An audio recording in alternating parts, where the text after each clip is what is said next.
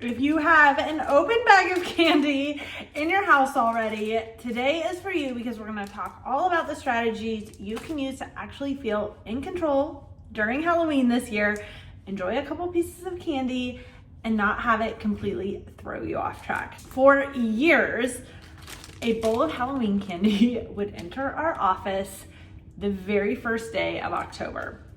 And I would resist it for a couple days. It would be so easy. I'd be like, I'm just not eating candy this year. And then what would happen is, it's been a stressful day. I was feeling just kind of like the need to treat myself. Almost always it was because I hadn't eaten during the day. And I just would say to myself, oh, it's okay, I haven't had anything to eat. I'm gonna go ahead and just have one piece of candy. I want to first start by saying, like, there is legitimately nothing wrong with having a piece of candy, but if you feel yourself unable to control the quantity of the candy you're having, there's probably a few things going on. So I would start with a piece of candy and I'd have one and I'd like walk back into my office, eat it, put it away, and say to myself, I'm done, that's it. And then like 5 minutes later, I was like, oh gosh, another piece of candy. It sounds really good. You know what? I already had one. I might as well just have two and then I won't have any tomorrow. And suddenly one piece of candy turned into like 6. And that would send me on a spiral that would also lead me to, order pizza for dinner and have a couple drinks during the week. And suddenly one day, then one choice of having a piece of candy would turn into literally a whole day of choices that didn't align with my goals and didn't align with where I wanted to go. And here's the thing I always thought, I'm just not somebody who has willpower, right? And you might have thought this before too, but honestly, it has nothing to do with willpower, and it has so much to do with how we're fueling our body ahead of time and the intention that we're setting going in to set ourselves up for success here. So here are a couple things I want you to think about if the candy bin is already open. And by the way, you guys, I now can have this in my house, in my pantry, have a piece every once in a while and move on. And it feels like the most freeing thing in the entire world. And I want you to be able to experience it. So here's what you need to know. First thing I want you to think about is putting your protein seatbelt on before you have the candy. So in the past, you might have thought, well, I'm going to have a lot of candy on Halloween, or I'm going to this party and I'm gonna eat more like sweets. So I'm not gonna eat anything during the day so that I don't, so then I can have whatever I want. Here is the problem with that thinking. We are sending ourselves into what I call the lion's den with absolutely zero protection, right? So we're going in hungry, we're going in with probably low blood sugar, and those two things together are going to be the perfect storm for us to overeat. Even if we haven't eaten that much that day, you can easily eat an entire day's calories in that situation without even blinking. So instead of thinking you're gonna starve yourself during the day in order to be able to eat what you want in the evening, I want you to eat your normal high protein breakfast. For every meal that day, I want you to aim for getting 30 to 40 grams of protein at that meal. That alone, if you do nothing else, is going to make you feel so much more in control when you get to that situation. So instead of going in a deficit and feeling like out of control, you're gonna go in feeling full and satiated and be able to moderate your choices so much better. At least 30 grams of protein at breakfast, at least 30 grams of protein at lunch, and if you're going into an after dinner situation, making sure that your dinner is a high protein dinner. On Halloween, we serve chili in our house, and that is a great way to get a bunch of protein.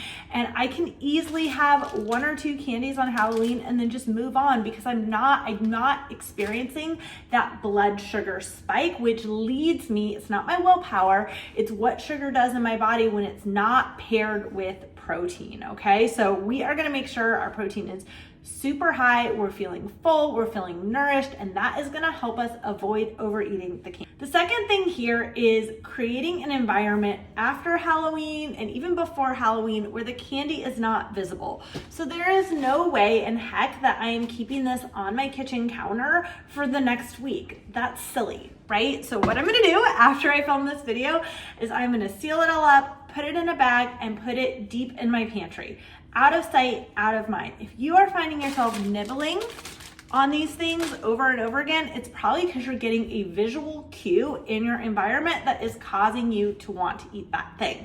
So we're gonna set ourselves up for as much success as we possibly can by creating an environment that supports our goals. So that means taking the candy and putting it somewhere else. And let's say you're in your pantry, you want to keep your snacks and your protein snacks in a different area than your candy. And this comes into play with like your kids' snacks too.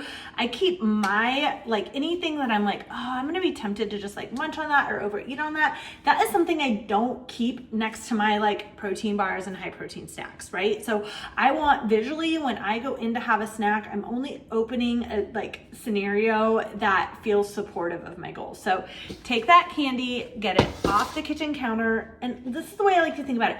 Nobody else in my house needs to have that much sugar on a regular basis either. So I'm really doing a favor to everyone by taking it and putting it out of sight, out of mind, knowing that I have a plan going into Halloween for how I'm going to be able to have a few of these and move on. The third thing, and I don't think anyone's going to be surprised to hear this from me, is let's say you decide you're going to have 2 pieces of candy on Halloween and 2 turns into 5 because you're learning new skills and habits.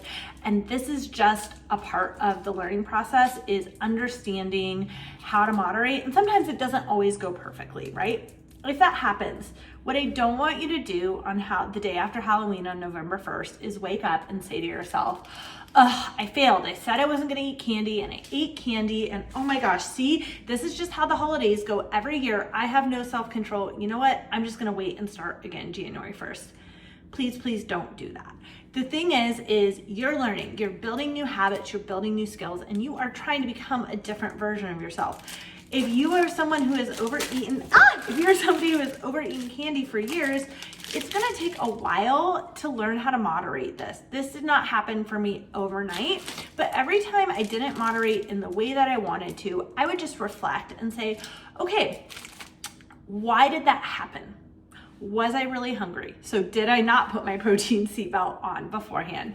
Was it a super stressful day? Did I have maybe a glass of wine or alcohol that led me to like bring my inhibitions down and that led me to overeat?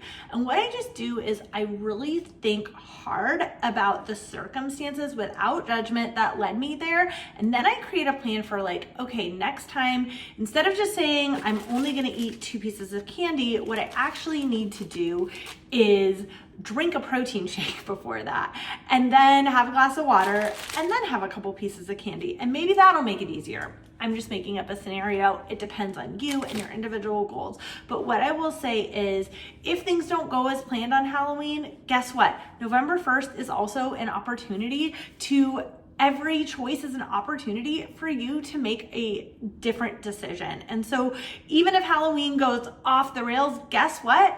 November 1st, you can wake up. So that's the other thing I'll say is like, make a plan for what you're having for breakfast the day after Halloween, because it's on a Friday. Most of our kids have school off, so you know you're going into a long weekend. So even if Halloween is crazy, even if you eat all the things on Halloween, but you wake up November 1st, you have your healthy breakfast, you have a healthy lunch, you get your movement in, and you get right back on track. You have done literally 0 damage. And the most important thing is how you, instead of having it be a whole week or a whole month or a whole holiday season, if it stays in a day and then you move on and you make your next choice a healthy one, that's how you create a lifestyle. It's not that you're never gonna have candy. It's not that you're never gonna indulge. It's just that the frequency with which you do it might go down a little bit, and you don't let it turn into a spiral in which you all of a sudden wake up on January 1st and feel out of control. If you're ready to